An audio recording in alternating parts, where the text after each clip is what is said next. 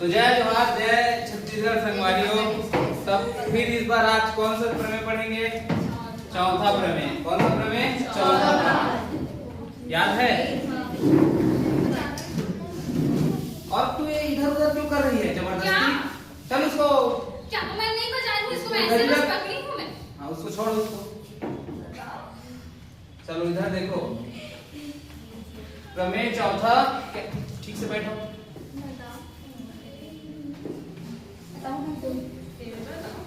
प्रमेय चौथा देखो क्या बोला है। किसी बाह्य बिंदु से वृत्त पर खींची गई स्पर्श रेखाओं की लंबाइयां बराबर होती है। किसी बाह्य बिंदु, बाह्य मतलब समझते हो? बाहर से कोई बिंदु लेंगे और वृत्त पर खींचेंगे स्पर्श रेखा, और वही स्पर्श रेखा क्या लंबाइयां क्या हो जाएगी? बराबर। ये कौन बोला गया है? प्रमेय चौथा।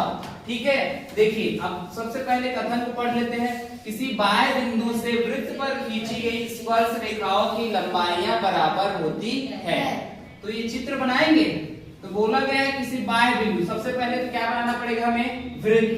क्या बनाना पड़ेगा? वृत्त। अब बाह्य बिंदु मतलब एक बाहर में एक बिंदु लेंगे, ये बिंदु ए। अब क्या खींचेंगे उस पर? स्पर्श रेखा। ये एक स्पर्श रेखा, ये एक स्पर्श रेखा खींच दिए, और यही स्पर्श रेखा क्या होगी? एक दूसरे के बराबर। एपी और एक्यू क्या होगा? बराबर होगा। ये वृत्त का केंद्र क्या है? ओ। जहां से स्पर्श रेखा कट रहा है वहां से ऐसे ऐसे डॉट डॉट डॉट करके केंद्र तक एक लाइन खींचो। यहाँ से भी एक केंद्र तक लाइन खींचो जहां से स्पर्श रेखा कटा हुआ है। ठीक है, तो पी और पी और क्यू, ओपी और ओक्यू क्या है उसकी? त्रिज्या। ओपी और ओक्यू क्या है उसकी? त्रिज्या। अब ये वाला त्रिभुज इस वाले त्रिभुज पर कितने डिग्री का कोण बनाएगा? 90 डिग्री का। ओपी ए कितने डिग्री का कोण बनाएगा? 90। ओक्यू ए कितने डिग्री का कोण बनाएगा? 90। तो ओपी ए बराबर 90 डिग्री का कोण रहेगा, ओक्यू ए बराबर कितने डिग्री का कोण रहेगा? 90 डिग्री। समझ में आया? तो इसके बाद देखिए दिया है, क्या लिखेंगे? एपी और एक्यू क्या है? स्पर्श रेखाखंड है। स्पर्श खींचे हो ना, तो रेखाखंड। सिद्ध क्या करना है? एपी बराबर एक्यू। समझ में आया? रचना में क्या लिखना है? वृत्त का केंद्र क्या है? ओ।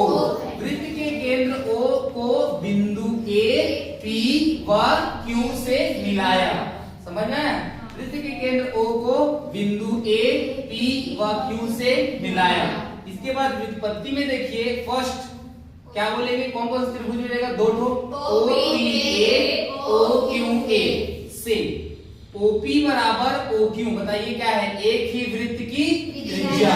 OP बराबर OQ, एक ही वृत्त की त्रिज्या।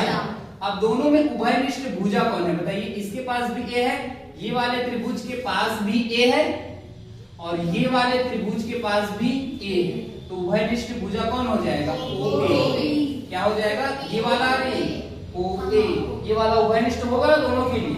O और A क्या हो जाएगा उसका? उभयनिष्ठ भुजा। समझ में आया?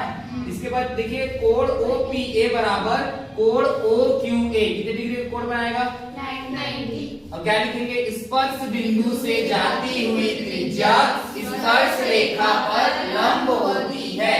स्पर्श बिंदु से जाती हुई त्रिज्या स्पर्श रेखा पर लंब होती है। लिख देंगे। इसके बाद से यहाँ देखिए त्रिभुज OPA सर्वांग सम है त्रिभुज OQA। इसके सर्वांग सम है त्रिभुज OPA सर्वांग सम है त्रिभुज OQA से RHS सर्वांग समता की परिभाषा से आया है। अब बताया किसी त्रिभुज ये दो त्रिभुज सर्वांग सम होते हो तो वो क्या होते हैं? एक दूसरे के समरूप। लेकिन यदि दो त्रिभुज समरूप हो तो सर्वांग सम होंगे क्या? नहीं। बताया हो ना, दो त्रिभुज सर्वांग सम है तो वो क्या होगा?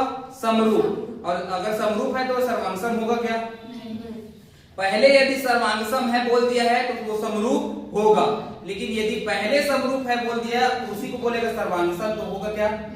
याद रखना। तो AP बराबर AQ क्या होता है? समरूप त्रिभुज की संगत भुजाएं समानुपाती। समरूप त्रिभुज की संगत भुजाएं समानुपाती। तो यहाँ से क्या हो जाता है? प्रूव हो जाता है, सिद्ध हो जाता है। ये क्या हो जाता है? चौथा प्रमेय। एक किसी बाह्य बिंदु से वृत्त पर खींची गई स्पर्श रेखाओं की लंबाइयां क्या हो जाएगी? बराबर। पूरा चारों प्रमेय समझ में आया? अब चारों प्रमेय को अच्छे से पढ़ना है, उसके बाद कल टेस्ट लेंगे, परसों टेस्ट लेंगे संडे को, ठीक है।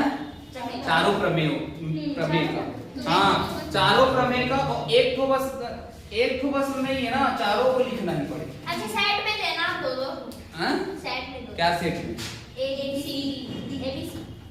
चारों प्रमेय ही मिलेगा, सबको चारों प्रमेय को लिखना पड़ेगा। ऐसा थोड़ी है कि एक जन को एक प्रमेय, दो जन को एक प्रमेय, चारों को चारों प्रमेय मिलेगा, तो चारों को बनाना पड़ेगा, ठीक है।